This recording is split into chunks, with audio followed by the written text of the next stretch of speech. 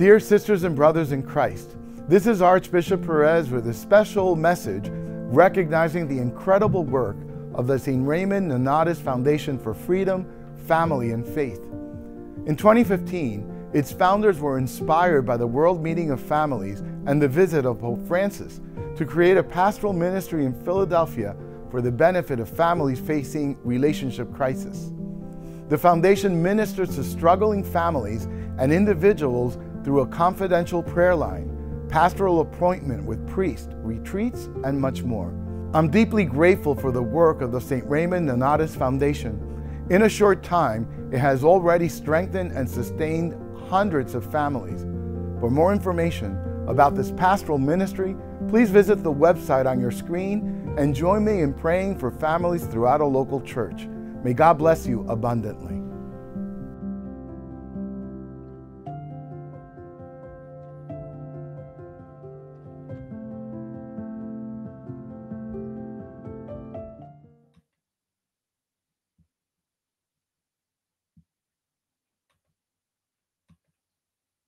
Hello, and welcome to a podcast from the St. Raymond Nonnatus Foundation for Freedom, Family, and Faith.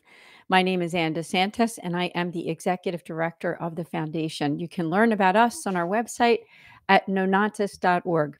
This is a brand new series, and it is specifically for adult children of divorce, those who are 18 and over.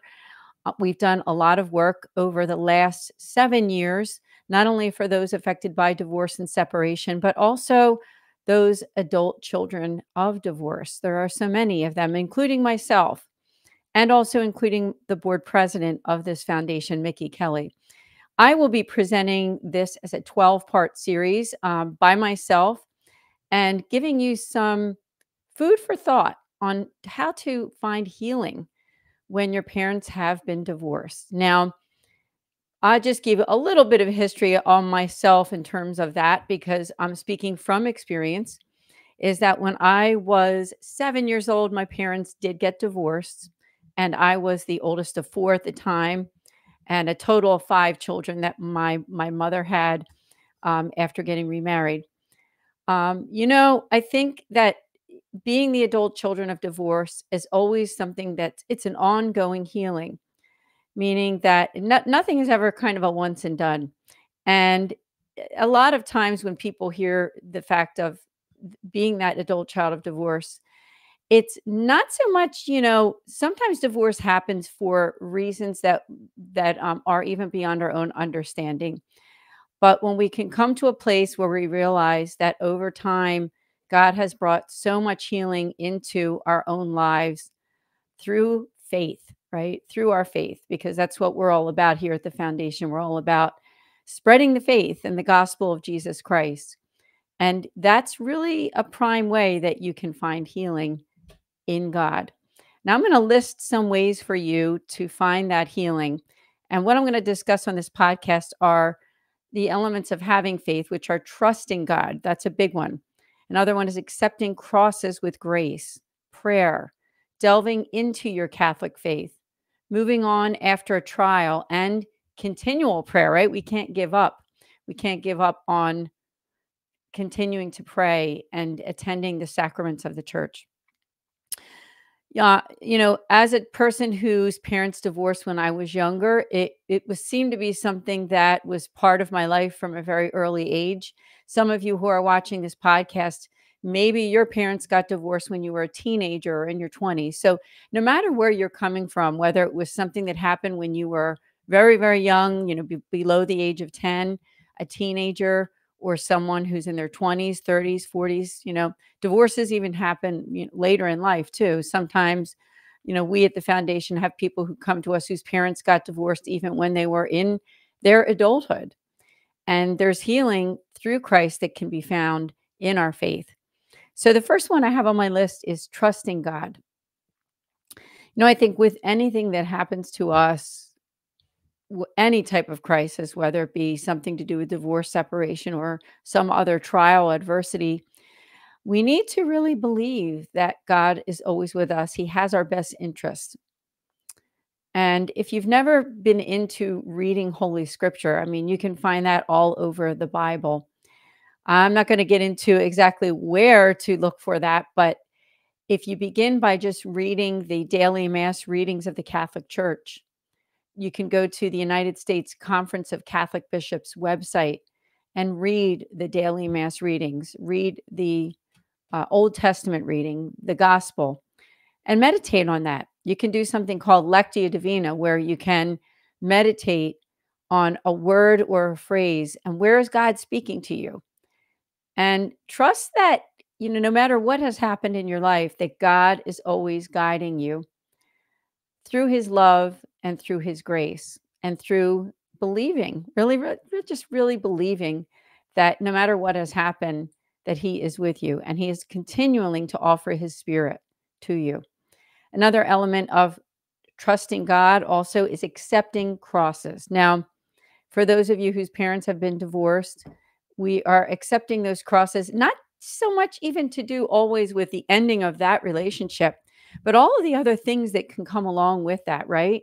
It could be something to do with the way your family gets along after the fact. Maybe it's the way that your siblings and you get along, or the way that you and your parents, and the miscommunications that can happen sometimes after a divorce and separation. What sometimes I found is that being more silent than verbal is sometimes a better way to be. We don't need to always discuss every feeling and every whim that happens to us or that we feel with our family members, because when there is a divorce or separation, there can sometimes be those disagreements, arguments, the siding with family members and different things like that. I think it all comes along together. But when we accept those crosses with grace, meaning delve deeper into your faith and closer to the people that you really feel you can trust. Not to say that that doesn't mean that you can't trust your extended family or immediate family, but I think when there's any type of a break in a relationship, we always do have to be a little careful about the things that we say, because people do like to talk, unfortunately.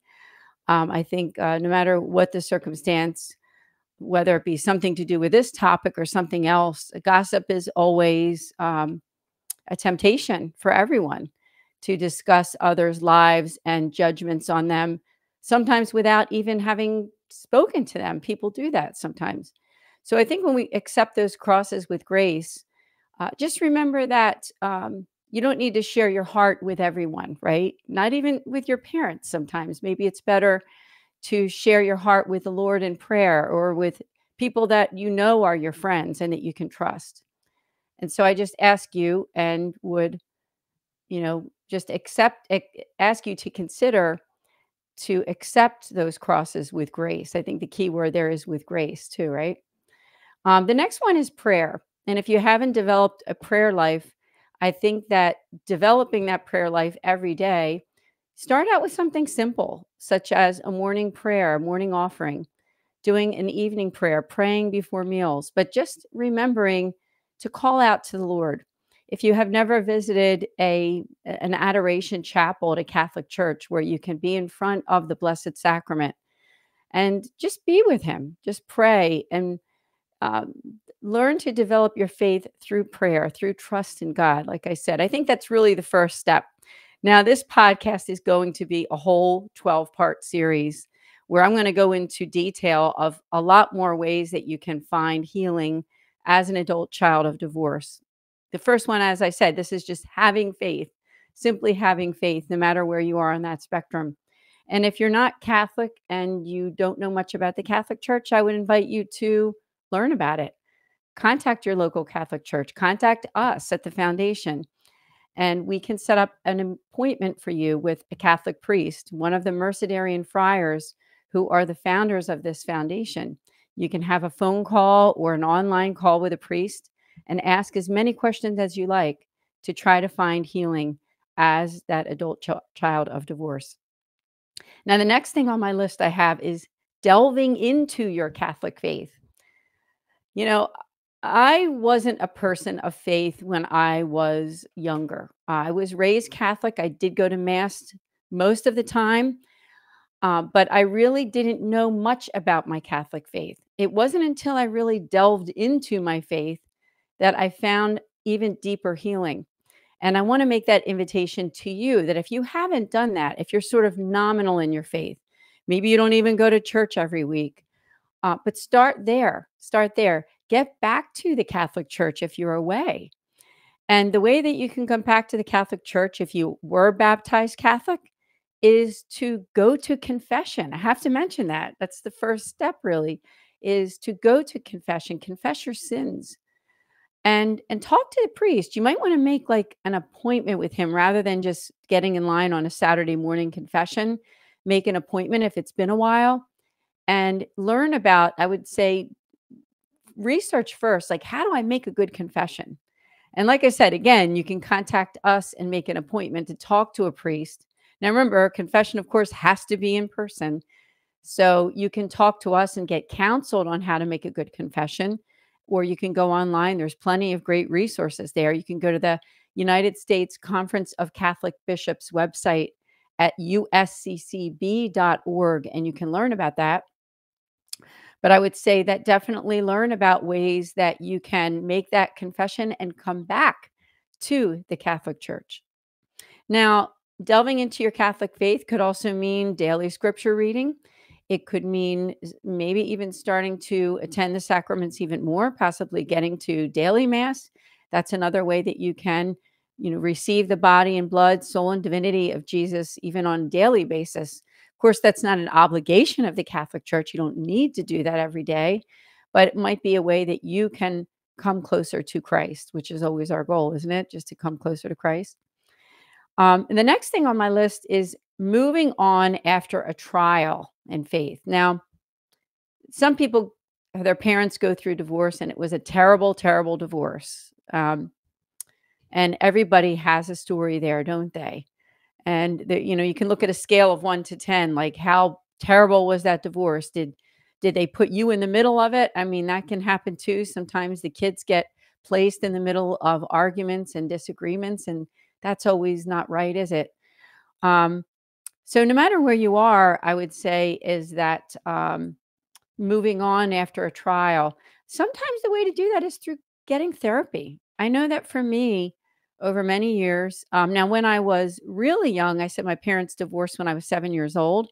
Back then, like in the early 1970s, like I'm actually 59 years old, so I'm older, and that happened a long time ago. And during that time, there wasn't as many resources for families, like whether it be the couples or the children. Like people didn't think to themselves, I think I'll set up an appointment for therapy for my child. Because even if they like seem like everything is fine, they still might need to just talk about things. It's not even so much always like the relationship of the parents, but it's just the breakdown of that family unit, right? And then just getting used to life in a different way. So it might have really not so much to do with like that relationship between the parents, but maybe even just reacclimating yourself to a new life, right? Now, for me, I started to do therapy when I was over the age of 18. And I've at different times in my life, like I said, I'm in my late 50s now, but I have taken the time to go to therapy, not for really super long periods of time, like more than 4 or 5 years or anything, but maybe there was like a year or two period that I felt that I needed to have some therapy to talk it out with someone. So if you've never done that, I do think that that's also part of having faith, right? It helps you to have more faith when you can speak to someone about that.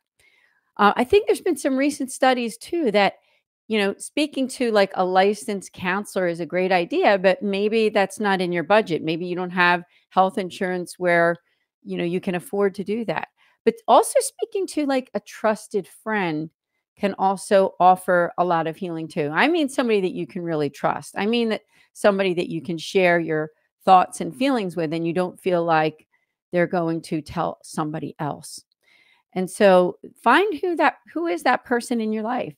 Now, I also want to mention part of the free services that we have through this foundation, the St. Raymond Nonnatus Foundation, is that free ongoing pastoral consultations that you can have with a priest, a Mercedarian friar, the people who founded us at our, at this foundation.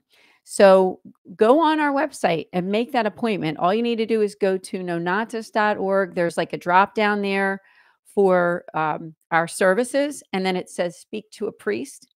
So you can make a free appointment and you can have as many appointments as you need. We also have spiritual direction too, which is something different. That is something where you can be guided in your spiritual life by a priest or by someone else. And we also offer that for free too. So you can also go to that Our Services drop down, and then under Speak to a Priest, there's another subcategory that says spiritual direction. So make sure that you sign up for that too, because that's another wonderful free service that we offer. So moving on after a trial, as I said, that is a big thing that you can do by getting therapy, by seeking out like-minded people of faith that can help you on your journey, and by also concentrating on your own life. I think that's also very important. Sometimes when people's parents go through divorce, it seems like it's almost like you're watching some kind of a show or a play or a musical where the stars of the show are your parents and you're somewhere in the background because their lives become much more prevalent and much more important than what's going on in your life. And that can happen sometimes in divorce, where you sort of feel like you're in the background. What you care about, what you believe, the things that are important to you kind of become minimal. And so just remember that even if your parents' lives seem to be sort of taking center stage in the in the whole scope of your extended family, it doesn't mean that for you it has to be that way, right? Concentrate on your own life and the things that God has in store for you, the relationships that God has in store for you, the good things that God has in store for you. And you can also begin to heal yourself so that you don't repeat some of the patterns that you might have learned in your family. That's a big one. That's a really big one. And I know for myself too, you have to learn new patterns of communication, new patterns of faith, new patterns of belief in God. All of these things, they're all super important. Remember, just because you were raised a certain way doesn't mean you need to do exactly as the way that you were taught. If you weren't from a family of deep faith, you can have a new beginning with somebody else in your life. I'm really happy that I have been able to do that myself.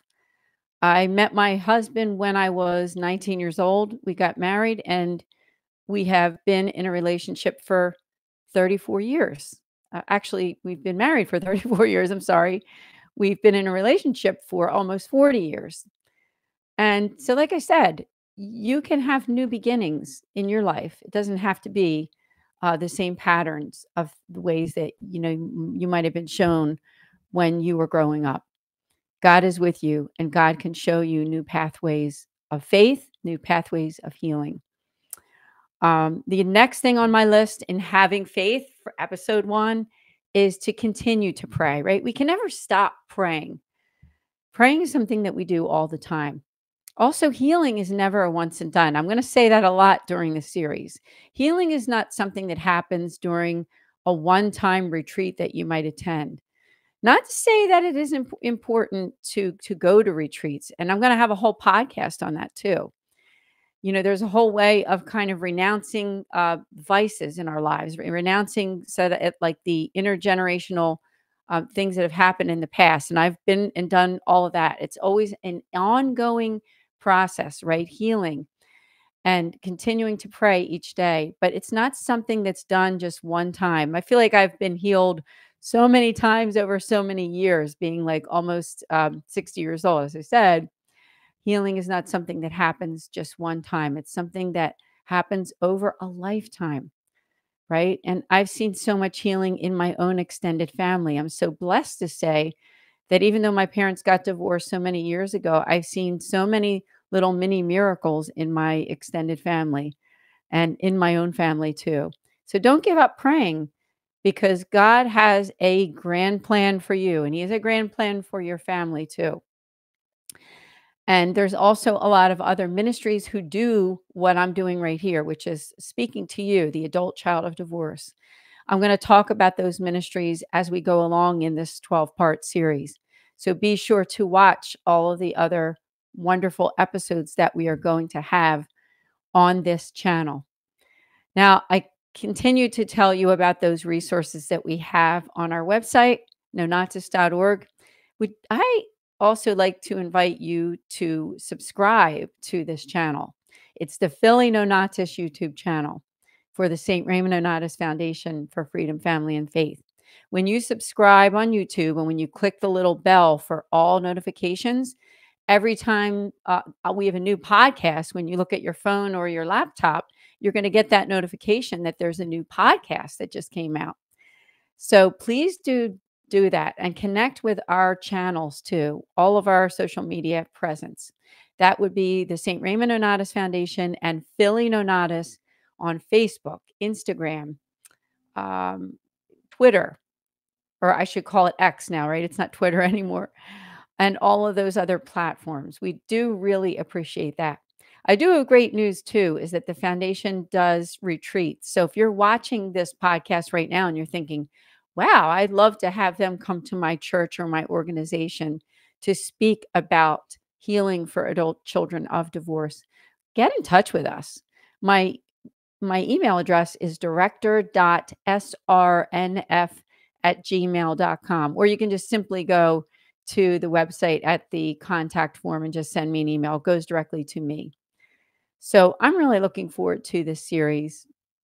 You know, as I end this first podcast on having faith for one of those aspects of healing for adult children of divorce, that's just the beginning, right? It's just the beginning. There's so much more to healing than just even listening to this one or watching this one podcast, right? It's not going to happen just from listening to me speak, but it does happen when you listen to the advice and when you don't give up on your faith. You know, if you're away from the Catholic Church, as I said, please, if no one's ever invited you to come back, this is it. I'm inviting you right now on this day. Come back to the Catholic Church. Go to confession. Come back to Mass.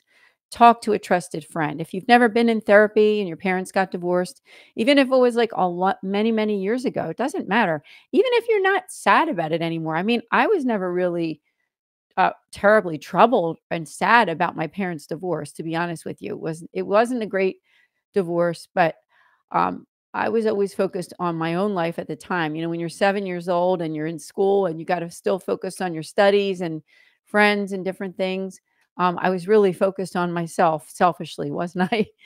But you realize years later that there was patterns of behavior and things that you needed to take to the cross, the foot of the cross, and find healing so that you could have faith and develop better relationships. If I can do it, you can do it. And so I make that invitation to you. Have faith, come back to the church, get to confession, and connect with us at nonnatus.org.